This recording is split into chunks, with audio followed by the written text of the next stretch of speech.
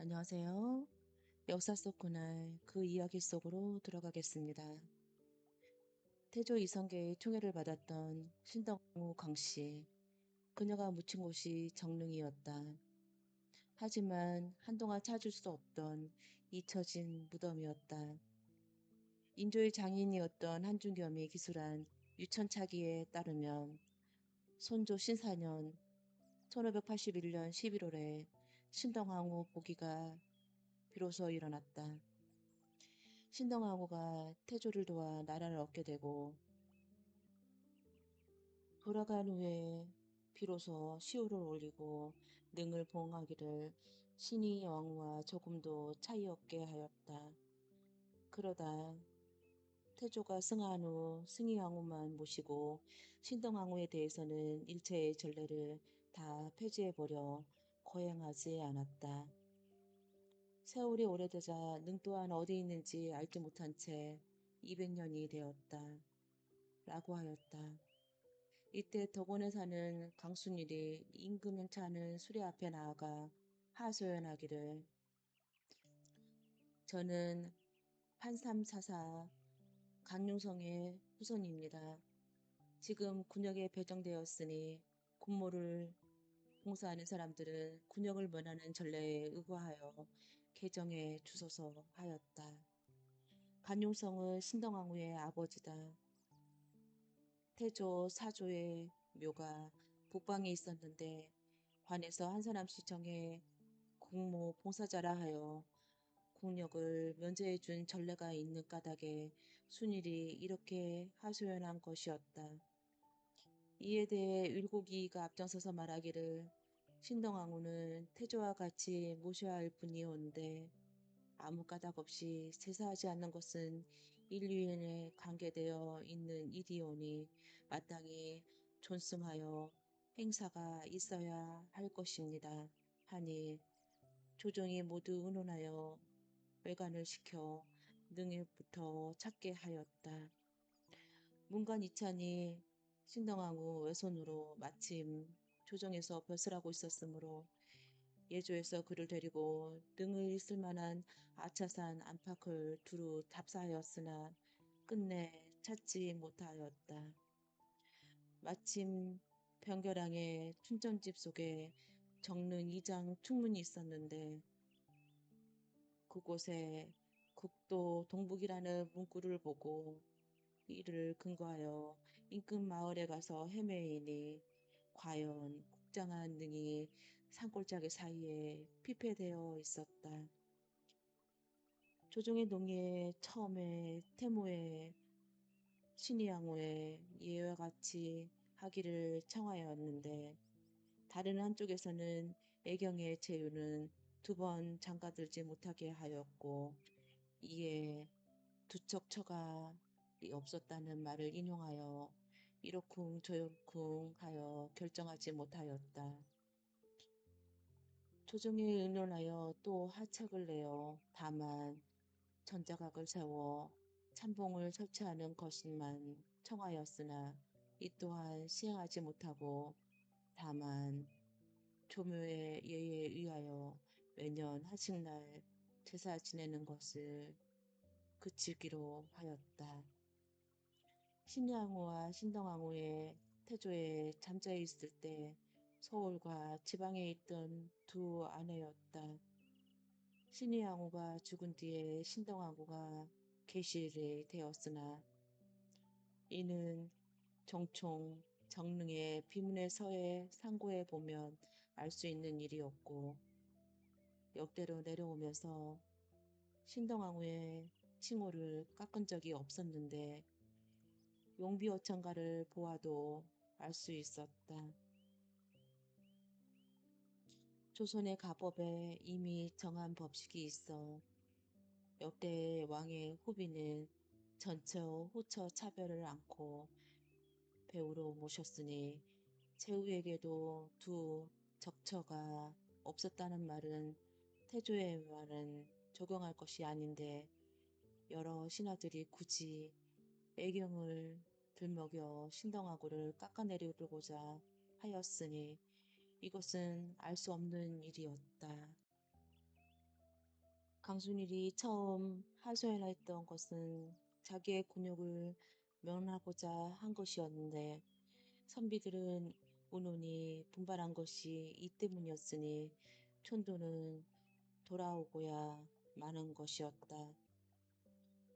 이것은 하늘이 가만히 돋는 큰 기이인데 은혼이 일어났다가 도로 그치고 3년을 다투다가 다시 한식날에 한번 제사 지내는 것만 행하게 되었으니 참으로 애석한 일이라고 한중겸은 유천차기에서 애절한 마음을 표현하고 있었는데 묻힌 적이 없던 아차산에서 신당왕후의 능을 찾아 헤맬 정도로 잊혀졌던 사연이 참으로 딱하였다. 태조주기 5년 되던 방자 1396년 8월에 강씨가 죽었을 때 조성된 무덤은 도성 안의 정릉이었다. 문화시 중 조중과 김사영 등이 아뢰어 공신 한 사람을 시켜 능을 3년간 지키게 하기를 청하니 안평군 이서로 하여금 능을 지키게 하였다. 정릉은 황암반 북쪽 언덕에 있었고 그 북쪽에 흥청사를 창건하여 농복을 빌었다는 야엄 별집을 전하고 있다. 그러다가 정릉을 양주 남사리로 이장한 것은 태종 기춘년이었으니 태조 이성계가 승한 이듬해였다. 변계량이 지은 제문에 보면 유명의 관계가 있지에 비록 하나지만 나눔은 다르도다. 신도는 청정함에 좋다는 옛 말씀이 어찌 거짓이랴. 고금을 통해 상고해 보건대 나라의 도성에 무덤을 둔 일이 없도다. 애간이 이런 뜻으로 말을 올림에 대소신료들이 이에 찬동하여 길한 땅을 택하였으니 성곽, 동북, 목퉁이었다. 물은 쫄쫄 흘러 일렁거리고 산은 뻗어 내려 서로 얽혔도다. 누가 이곳을 도성에 가깝다고 하리오. 좋은 날을 택하여 이안을 고하며 술 한 잔을 올립니다. 숭령이 밝게 흠양해 하시기를 바라며 슬픈 정성을 펴면서 울먹입니다. 라고 하였듯이 도성 안에 능을 두는 법이 없는 것이 아니라 이장하였다지만 계모에 대한 태종의 반감을 작용하지 않았다고 할 수도 없는 일이라 이후 돌보는 사람조차 없어 능을 찾기 쉬운 일이 아니었다. 겨우 찾은 능을 관리할 목적으로 만든 정릉 사적을 보면 선조 이모년 1581년 6월에 칠대손 동령부 직장 이익원이 정릉에 사유를 구하는 제문을 올려 속죄를 구하고 또 위로하는 제를 올리면서 제문에서 이 원룸은 선후 신당왕후의 유택인데 떠도는 말에 더욱 실록으로 옮겼다고들 하니 비록 근거는 없는 말이기는 하나 조정에서 의심을 풀기 어려워 이에 예관하게 말하기를 유석을 파헤치니 비록 지는 없는지라 비록 지는 없을지라도 틀림없는 참능이라네. 쌓인 울분을 푸는 것은 천년의 이 한때인데 여군의 그림처럼 모여들어 형궁을 놀라게 할까 두렵도다. 하루도 못되어 성분하는 일을 마쳤다네 라고 하였다. 아울러 선조 이모년 12월에 성균관 유생들이 소를 올려 그 다음 날에도 소를 올렸으니 천리를 보전하고 인심을 거르지 말라는 경고였다. 송시열 또한 우의정으로 있던 현종 10년 기후에 신덕왕후 강씨는 태조의 왕비입니다. 돌아가신 후에 정릉에 제사 지내고 고려 제도에 따라 조석으로 절에서 제를 베풀었는데 태조가 추념하기를 매우 간절히 하여 언제나 정릉에 재를 올리는 종소리를 들은 후에 수라를 들여오라고 하였으니 이곳으로 태조의 심정을 알 수 있습니다.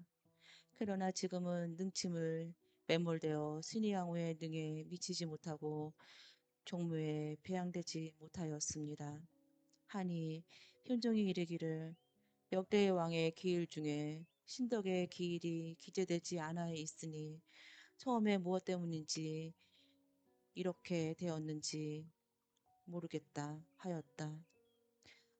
송시엘이 아뢰기를 이와 같이 아뢰는 것은 극히 황송한 일이오나 태조가 개국한 뒤에 정도전 등이 태조를 모함하여 신덕왕후의 아들을 내세워 세자를 삼았다가 신덕왕후의 소생인 장애와 소도 두 명이 비명에 죽고 그 후 승덕왕후의 능을 옮겨졌으니 태무의 배양이 되지 못한 것입니다. 하니 현종이 이르기를 신덕왕후의 다른 이의 계비와 같지 않다 하였다.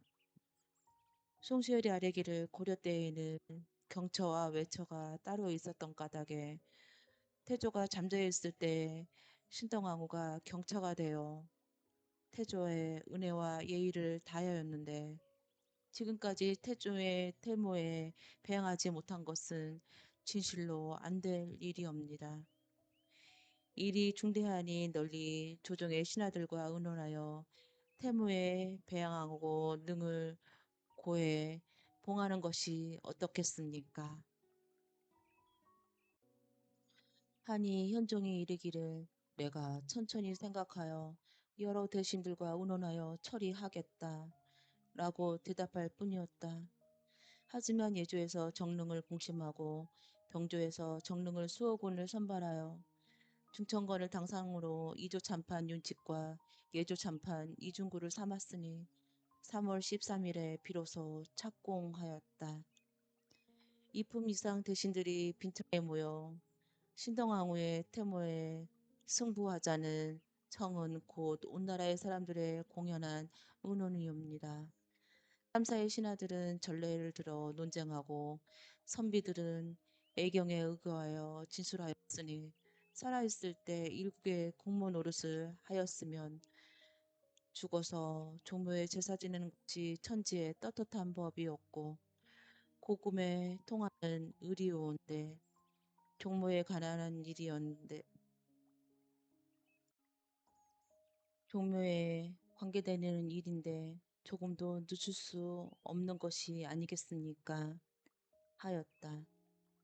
기유년 1669년 9월 29일에 강령전에 쳐놓은 장전에 봉하였다가 30일 종묘에 나아가 10월 초하룻날 숭부하고 다음날 교서를 반포하면서 경사를 만방에 고하고 축하하는 특별 과거시험까지 열렸다. 10월 초라는 날과 시가 좋은 때여서 이에 상등의식을 정결히 하여 태모에 승부하니 엄숙한 묘실이요 오른쪽에는 목이요 왼쪽에는 소로다. 신이 양양이 강림하오니 백세에 제천에 없으리로다. 소자가 병에 걸려 오랜 고질로 몸소 패백을 들이지 못하오니 다만 슬피 사모함에 더하옵니다. 정성을 모아 정결한 재물을 올리니 대상으로 대행하오니 심오한 황령이시여 흠양을 바라옵니다. 나는 그를 천풍김씨 훈척이었던 김석주가 지어 올렸다. 능을 봉하고 제사를 베푸던 날 정릉 일대에 소낙비가 쏟아졌으니 백성들은 이곳 도성으로 신덕왕후의 오난을 씻는 비라 하였다.